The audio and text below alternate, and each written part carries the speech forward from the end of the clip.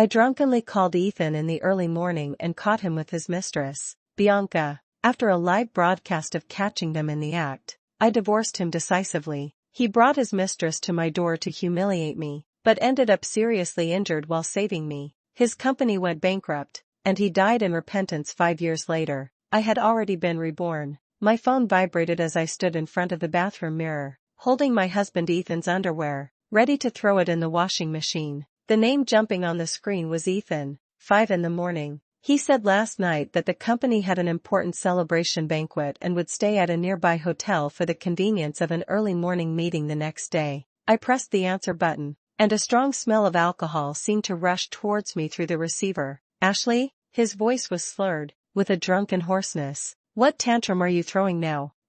I frowned. Ethan, what are you talking about? I'm not throwing a tantrum. Not throwing a tantrum yet? He chuckled, and in the background, a delicate female voice purred like a kitten. Ethan, who is it? So early. My heart sank abruptly. That voice. It was Bianca, the new intern at his company, young and beautiful, said to be a recent graduate. It's nothing. Ethan's voice was so gentle it could drip with water, a tone I had never heard before. Just, an unimportant person. Be good. Get some more sleep. An unimportant person? The fingers holding his underwear suddenly tightened, my nails almost digging into my palm. Ethan, my voice turned cold. Why is Bianca with you? There was silence on the other end of the phone for a few seconds, followed by Ethan's impatient accusation. Ashley, can you stop being so sensitive and suspicious? Bianca had too much to drink. I'm just giving her a ride back to her hotel. She's just in the next room. Aren't you tired of thinking wildly all day long? The next room? At 5 in the morning. In his drunken phone call, her voice was so close, gently comforting. My stomach churned. Is that so? I sneered. Then you take good care of her. Without waiting for his reply, I hung up the phone and threw the pair of underwear hard on the ground. A feeling of disgust at being betrayed swept over me. Ethan and I have been married for 3 years, and we've been together since college. I thought we were unbreakable. To support his career, I quit my promising job and became a full-time housewife, taking care of everything for him so he wouldn't have to worry about anything. But now it seems like a joke. I forced myself to calm down. Maybe it's just a misunderstanding? I took a deep breath, picked up the underwear from the floor, and prepared to wash up. Just as I turned on the faucet, my phone pushed another message. A group notification from the company's internal communication software ConnectSphere. Sterling Corp Annual Celebration Gala Highlight Reel. Click to watch the live replay. My heart skipped a beat, and my fingers trembled slightly as I clicked on the link. The live broadcast buffered and the camera was pointed directly at the main stage of the banquet hall. The host was saying things to liven up the atmosphere, and people were toasting and chatting below the stage. The camera slowly panned across the crowd, and I saw Ethan at a glance. He was wearing the gray suit I had carefully chosen for him, handsome and tall, but standing next to him was not any of his male colleagues, but Bianca, wearing a sexy red slip dress. What suffocated me even more was that Ethan's hand was tightly holding Bianca's hand. The camera zoomed in, giving them a close-up. Bianca smiled like a flower, nestled beside Ethan, like a little bird leaning on someone. Ethan looked down at her, his eyes filled with an affection and doting that I had never seen before. The surrounding colleagues were cheering, and someone shouted, "President Ethan, Bianca, congratulations! When are you treating us to wedding drinks?" A talented man and a beautiful woman, a match made in heaven. Some people even shouted, "May you be forever united in hearts. May you soon have a child." Ethan didn't refute, but instead raised his glass, smiled and gestured to everyone, tacitly acknowledging everything. Bianca shyly buried her head in his arms. The live broadcast continued, but my world had already collapsed. A celebration party? Hotel? Give her a ride home? Room next door? All the lies are ruthlessly exposed at this moment. I was like a fool, kept in the dark, even harboring a glimmer of hope when I received his suggestive phone call. I turned off the live broadcast, and the bathroom mirror reflected my pale face with empty eyes. Washing underwear? I looked at the laundry basket beside me and felt utterly ironic. I don't know how long it had been, but I heard the sound of the lock turning. Ethan was back. He looked a little tired, but his spirits seemed good, even with a hint of imperceptible smugness. When he saw me sitting on the living room sofa, he was taken aback for a moment, then walked over, wanting to hug me as usual. I suddenly stood up and avoided his touch. The celebration banquet last night, was it wonderful? I looked at him, my voice icy. Ethan's smile froze on his face. He probably didn't expect me to find out so quickly. Ashley, let me explain. Explain what? I interrupted him. Explain you and Bianca holding hands and receiving the whole company's blessings for /eternal union /. Explain your so-called / giving her a ride back to the hotel, / which resulted in being in the same room at 5 in the morning. Explain your accusations against me on the phone and your gentleness towards her. My voice grew louder and louder, filled with suppressed anger and grievance. Ethan's face turned ugly. Are you stalking me? Or are you just wildly speculating again? Do I need to stalk you? I took out my phone, opened the live broadcast replay, and shoved it in his face. The whole company is watching on ConnectSphere. Ethan, what do you take me for? A fool? Seeing the video, Ethan's eyes flickered. Then he became angry and embarrassed. It was just a company party. Colleagues were just joking. Do you have to make such a big deal out of it?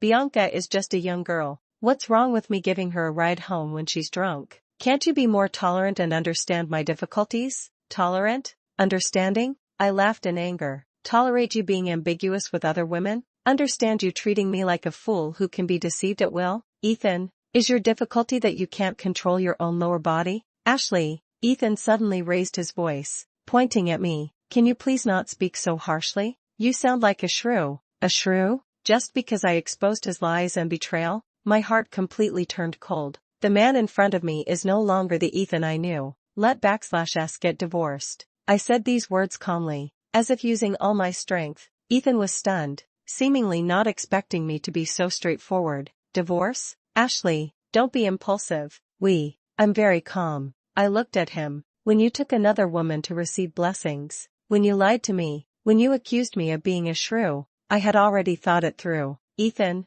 we're done. I thought that proposing a divorce would at least buy me a few days of peace, allowing me to sort out my thoughts. But I underestimated Ethan's shamelessness, or rather, overestimated his last shred of respect for me. The next afternoon, the doorbell rang. I thought it was a delivery, but when I opened the door, I saw Ethan and Bianca standing there. Ethan didn't look well, and seemed reluctant. Bianca, on the other hand, looked pitiful, her eyes red, as if she had just cried. Sister Ashley, Bianca said timidly, her voice choked with sobs. I'm sorry about yesterday. It was all my fault. I was drunk and clung to Ethan, causing you to misunderstand. Please don't divorce Ethan because of me. I felt disgusted watching her White Lotus performance. Misunderstanding? I sneered, my gaze sweeping over Ethan. Ethan, is this what you call an explanation? Bringing her to my house and putting on this show for me? Ethan frowned. Ashley, Bianca is sincerely here to apologize.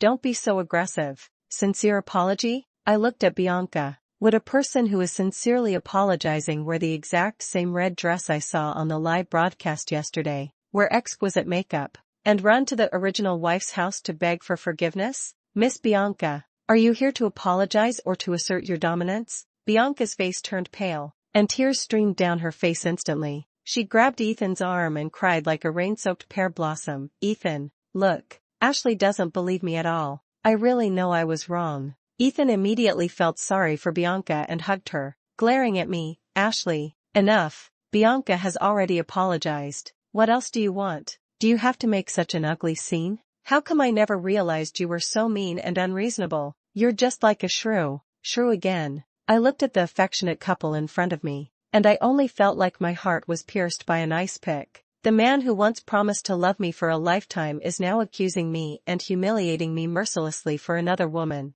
Ethan, I took a deep breath, suppressed the lump in my throat, but my voice was unusually firm. We're getting a divorce. Immediately, right now. This time, Ethan didn't try to salvage the situation. Instead, he seemed provoked by my unreasonableness and sneered. Divorce it is then. Do you think I care about you? Who can stand a woman like you who only knows how to be unreasonable? Once we're divorced, let's see how you live. He probably thought that I would have nothing if I left him. After all, I gave up my job for him, and he's been supporting me for the past few years. You don't need to worry about that. I responded coldly. I will hire a lawyer to discuss the division of property. Now, please leave my house. Humph. Let's go then. Ethan pulled Bianca, who was still sobbing, and turned to leave. At the door, he turned back and added viciously, Ashley, You will regret this. Regret? Watching their departing figures, I only felt a sense of relief. I closed the door,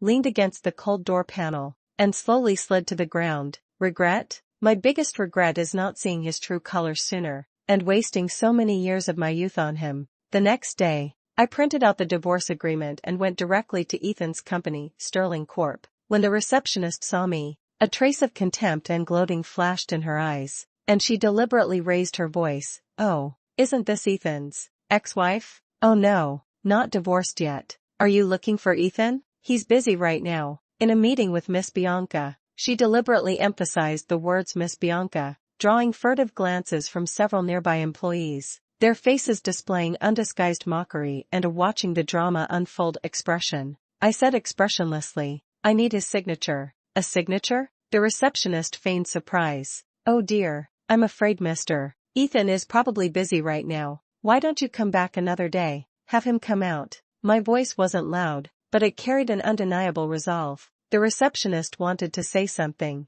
but the security guard next to her had already walked over and said in a harsh tone, "Madam, please leave. Don't obstruct our work here." Just then, Bianca came out of the office and sighed. When she saw me, she immediately put on a worried and innocent expression. "Ashley, what are you doing here? Come in and sit down. Everyone, don't be like this. Ashley is not an outsider." As she spoke, she was about to come forward and take my hand, acting like we were close sisters. "Don't touch me." I shook off her hand, looking at her hypocritical face, and felt my stomach churning. I took the red marriage certificate out of my bag and slammed it hard on the front desk, making a crisp slap sound. "Where's Ethan? Tell him to get out here and sign. I'm getting this divorce today." My voice was particularly loud in the quiet office area. Everyone stopped what they were doing and turned to look at me. Ethan finally came out of the office, his face livid. He quickly walked to Bianca's side, shielded her behind him, and roared at me, "Ashley, haven't you made enough trouble coming to the company to throw a tantrum?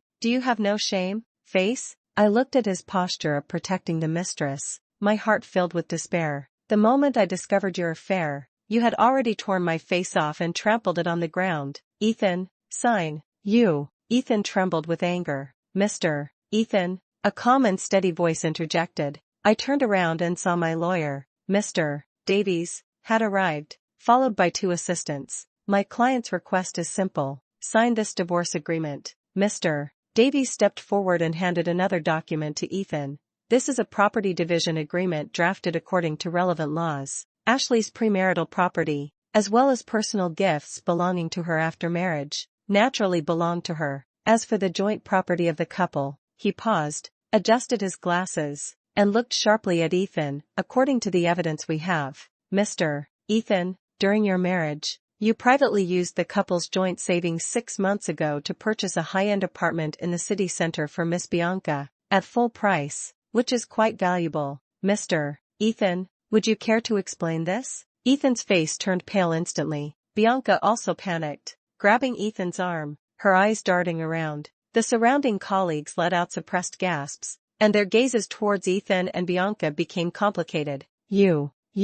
Ethan pointed at me and Mr. Davies, so angry that he couldn't speak. "The agreement is signed. We will leave immediately." Mr. Davies' tone was calm, but with an undeniable force. Ethan looked at the gazes around him, then at my resolute face, and finally, like a deflated ball, he picked up the pen dejectedly and quickly signed his name on the divorce agreement. I took the signed agreement, didn't even look at him, turned and left. Mr. Davies and his assistant followed behind me. We walked into the elevator together. Just as the elevator door was about to close, Ethan suddenly rushed in. There were only a few of us in the elevator. Ethan was no longer as arrogant as he had been. He looked at me with a complex expression, with a hint of pleading and panic. "Ashley," his voice was low and hoarse, "do we really have to go this far? I know I was wrong. Give me another chance, okay? Let's start over." He tried to get closer to me, a pitiful expression squeezed onto his face, trying to win my sympathy. I looked at him coldly,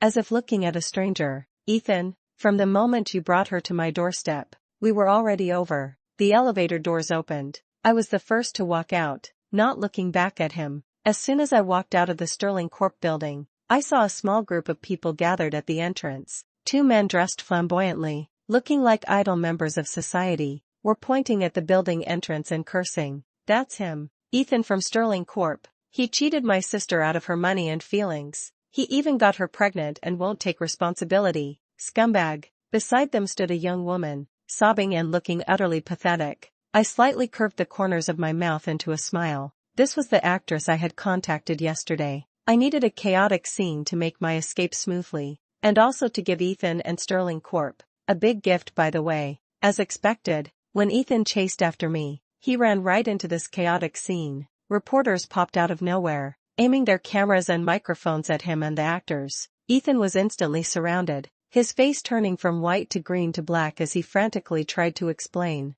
but couldn't clear his name no matter what he said. Taking advantage of the chaos, I quickly left the scene under the escort of Mr. Davies. Sitting in the car, I watched the farce at the entrance of Sterling Corp in the rearview mirror, my heart completely calm. Ethan, this is just the beginning. During these years of entanglement with Ethan, I wasn't completely wasting my time. I've always kept in touch with Professor Miller, my university tutor, and used my spare time to take some professional courses online, updating my knowledge reserves. After receiving the divorce agreement, I contacted Professor Miller immediately. Ashley, you finally figured it out. Professor Miller's voice on the other end of the phone was filled with relief. I knew you weren't someone who was willing to bury your talent in the kitchen and housework. I've seen your previous project proposal, and it has a lot of potential. Now that you're free, it's a good time to show off your skills. Thank you, Professor. A warm current surged in my heart. I'm planning to start my own studio, focusing on. I talked with Professor Miller for a long time, about my professional field, about the future development direction, and about the initial plan of starting a business. When I hung up the phone, I felt full of power. Leaving Ethan is not the end, but the beginning of my new life. I will take back everything I have lost, little by little. A few days later, my good friend Mark called me, his tone excited. Ashley, have you seen the news? Something big happened to Sterling Corp. I opened the news website, and it was filled with negative reports about Sterling Corp and Ethan. The farce at the company gate that day was infinitely magnified. Ethan's marital infidelity, keeping a mistress, and even some irregular business practices were dug out by the media. Sterling Corp's stock price plummeted, its brand image fell sharply, and several important cooperation projects were urgently called to a halt. Even more fascinating is that Bianca's dark history was dug up by netizens. Plastic surgery, forged academic qualifications, and dating multiple sugar daddies. At the same time, the innocent and pure image she had painstakingly created before completely collapsed, and she became a mistress that everyone denounced. It's really gratifying, Mark said on the phone. Ethan is in a terrible situation now. I heard the board of directors is considering removing him. Bianca has also been fired by the company and has become a pariah. I listened calmly, without any sense of satisfaction from revenge, only a sense of peace as everything settled. They deserved it. Just when I thought this farce was about to end, an unexpected phone call came in. It was the city fire department. May I speak with Ms. Ashley? This is the city fire department. There's a woman named Bianca on top of an apartment building downtown threatening to jump, and she's asking specifically to see you. I frowned. Bianca? What is she up to this time? Although reluctant, I rushed to the scene, as a life was at stake after all. The cordon was surrounded by onlookers.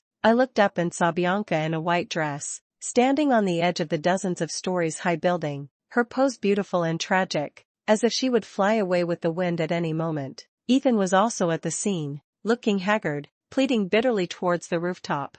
Firefighters used loudspeakers to shout, trying to stabilize her emotions. I walked to the cordon, and a firefighter who looked like he was in charge saw me and immediately walked over. Ms. Ashley, you're here. She said she only wants to see you. What do you think? I looked at the figure on the rooftop and said coldly, I have nothing to say to her. Just then, Bianca on the roof seemed to see me. She shouted excitedly, Ashley, do you see that? It's all because of you. You ruined everything for me. Ethan and I are truly in love. Now he doesn't want me. I don't want to live anymore either. She cried and shouted, making a precarious appearance, causing a burst of exclamation from the crowd below. I watched her performance coldly. From what I know of her, this is just her way of trying to clear her name, gain sympathy, and even turn around and blame me. She probably wants to push all the responsibility onto me and portray herself as a tragic character who sacrificed herself for love. However, accidents often happen unexpectedly. Perhaps the wind was too strong.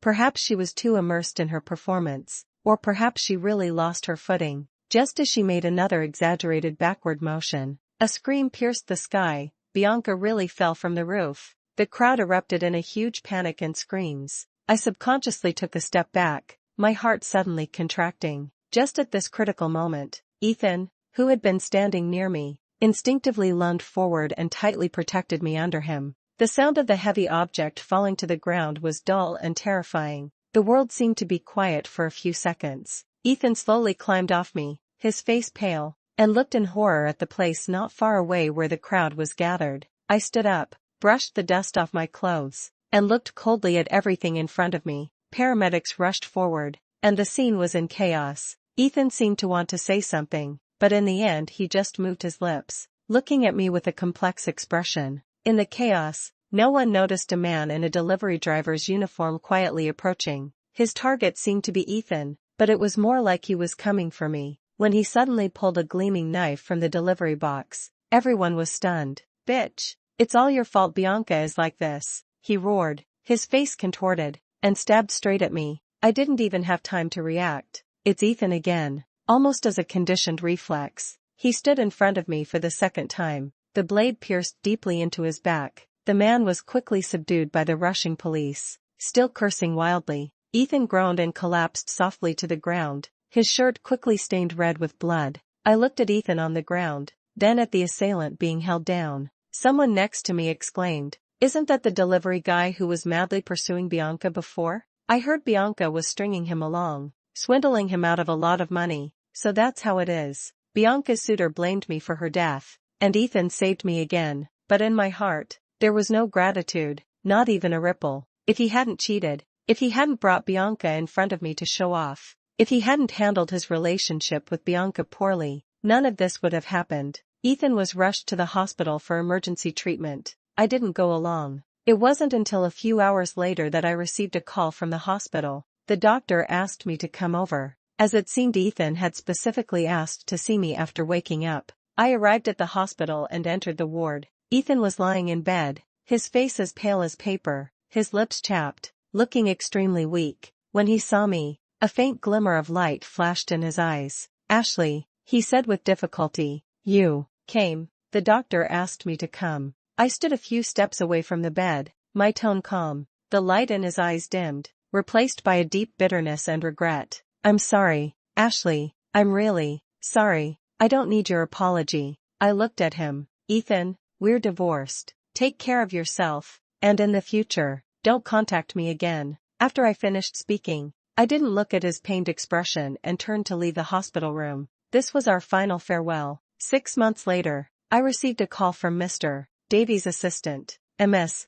Ashley, congratulations. The divorce formalities have been completed. According to the property division agreement, part of Mr. Ethan's assets, including some shares of Sterling Corp and several properties, have been transferred to your name. You are now a veritable multimillionaire." I thanked him and hung up the phone. This money was rightfully mine. I used it to set up my own studio, and the business is already taking shape. In the past 6 months, after Ethan recovered, he tried to contact me in various ways, sending messages, making phone calls, and even waiting for me downstairs in my studio. The content was nothing more than repentance, apology, and unwilling pleas for reconciliation. Every time, I chose to ignore it. His harassment became more and more frequent, even affecting my normal work and life. I finally couldn't bear it anymore and went to the business hall to change to a new phone card, completely cutting off the last trace of contact with him. The world is finally quiet.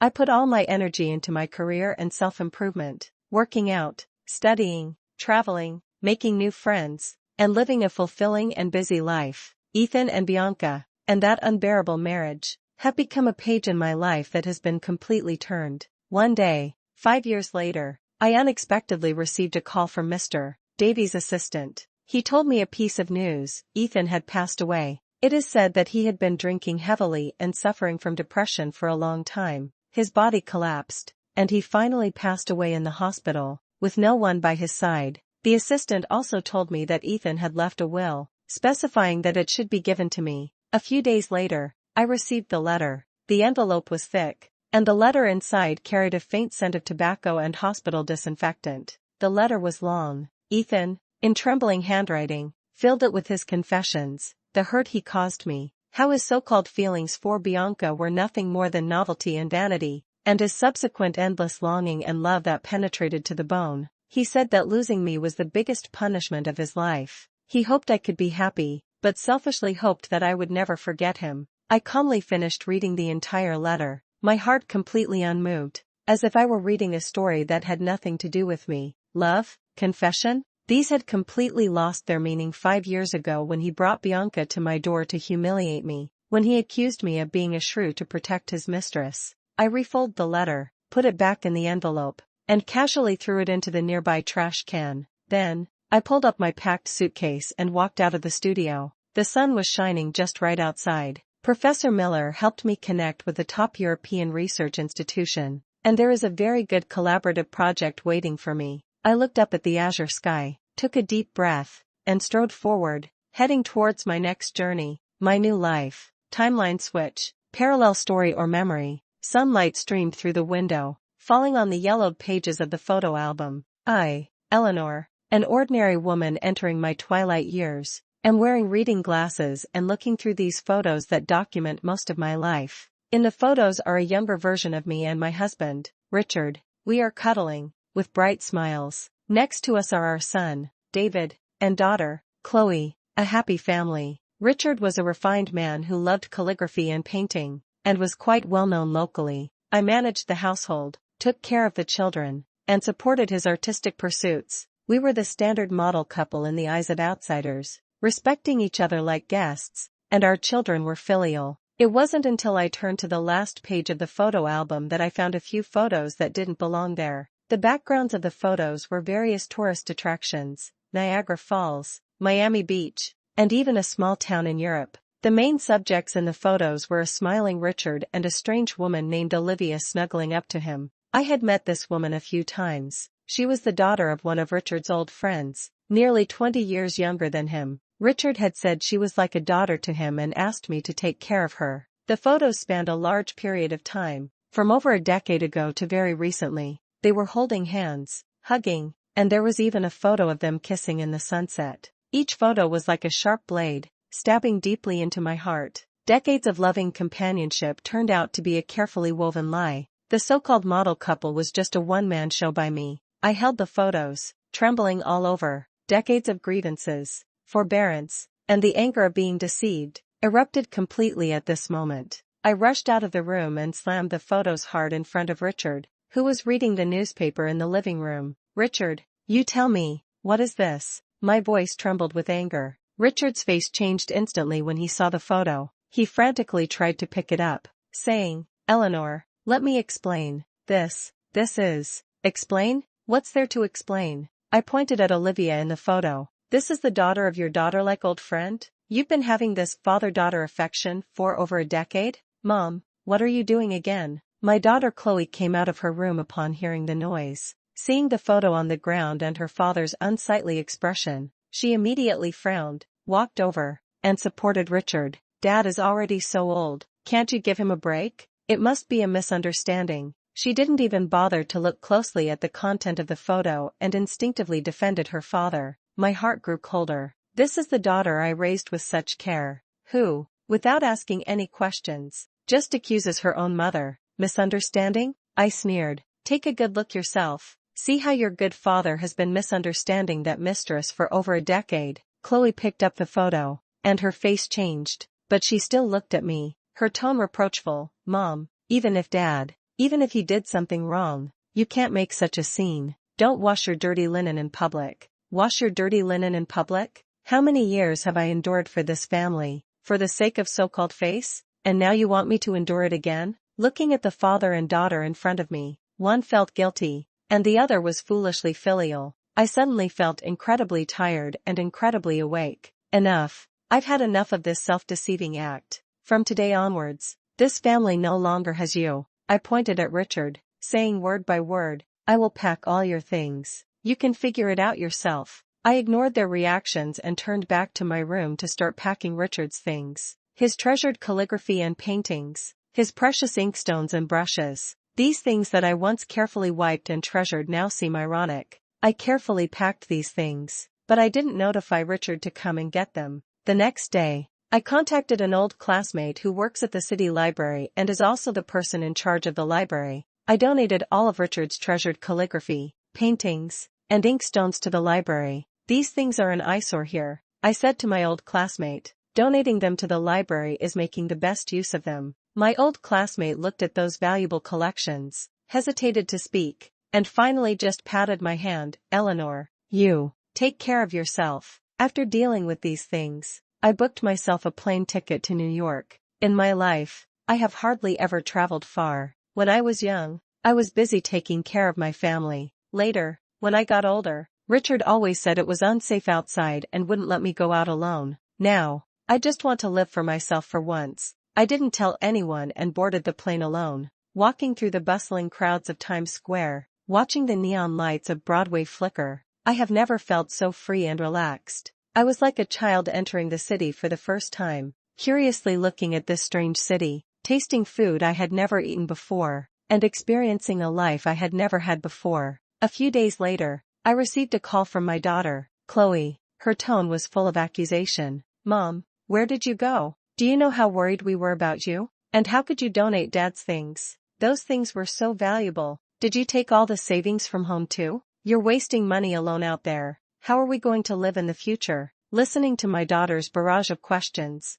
I wasn't angry, but laughed instead. Chloe, first, I'm spending my own money, the secret stash I've saved over the years. It has nothing to do with your father. Second, I've already dealt with your father's things. Third, how I live my life is none of your concern. You should worry more about your good father. Mom, Chloe's voice became sharp. How can you say that? Dad knows he was wrong. He's been regretting it these past few days. Regret? I interrupted her. Regret being discovered by me? Chloe, you and your father are the same. You've both been deceived by him. Wake up. I hung up the phone, not wanting to talk to her anymore. Hanging up the phone, I stood under the huge screens of Times Square, watching the people of different skin colors from all over the world around me. Huge billboards flashed, surrounded by the noise of people and traffic. I took out my phone and took a picture of myself. In the photo, although there were wrinkles at the corners of my eyes were bright, and my smile was unprecedentedly relieved and peaceful. 27.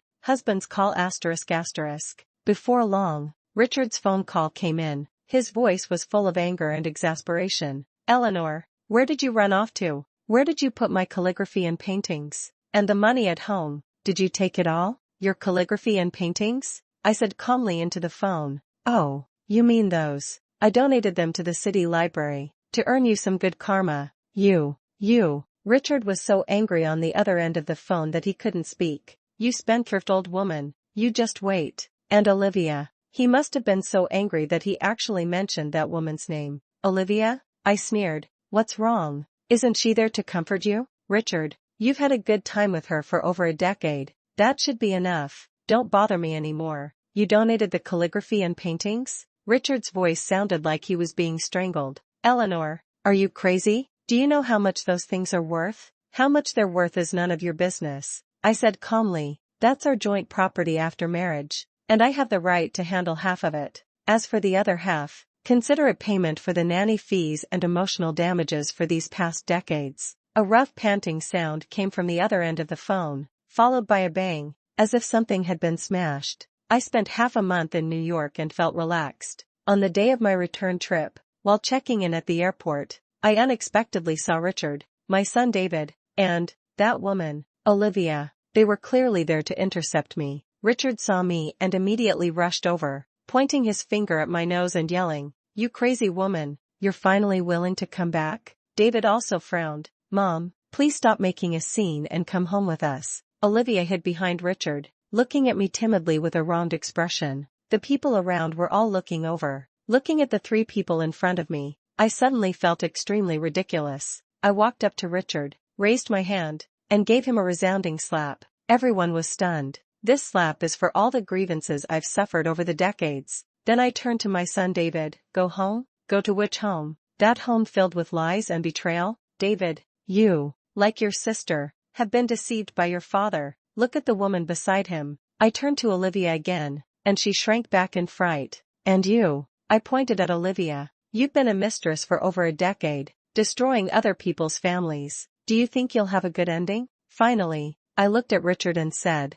word by word, with utmost clarity, Richard, we're getting a divorce. 30. Filing for divorce ***. Returning to my hometown, I immediately hired a lawyer and formally filed a divorce lawsuit with the court. Richard tried to salvage the situation, sending our daughter and son to persuade me in turns, and even enlisting some relatives and friends as lobbyists, but my mind was made up. The evidence was conclusive, and his extramarital affair was undeniable. The court quickly granted the divorce, and I received due compensation in the division of property. The moment I received the judgment, I breathed a long sigh of relief. After the divorce, I sold the original house and used some of the money to buy a small suite in an elderly apartment with a very good environment in the suburbs. There are many elderly people here who are about my age. We read, paint, dance, and travel together, and our lives are fulfilling and happy. I even rediscovered my youthful hobby and started learning oil painting. I have made many new friends.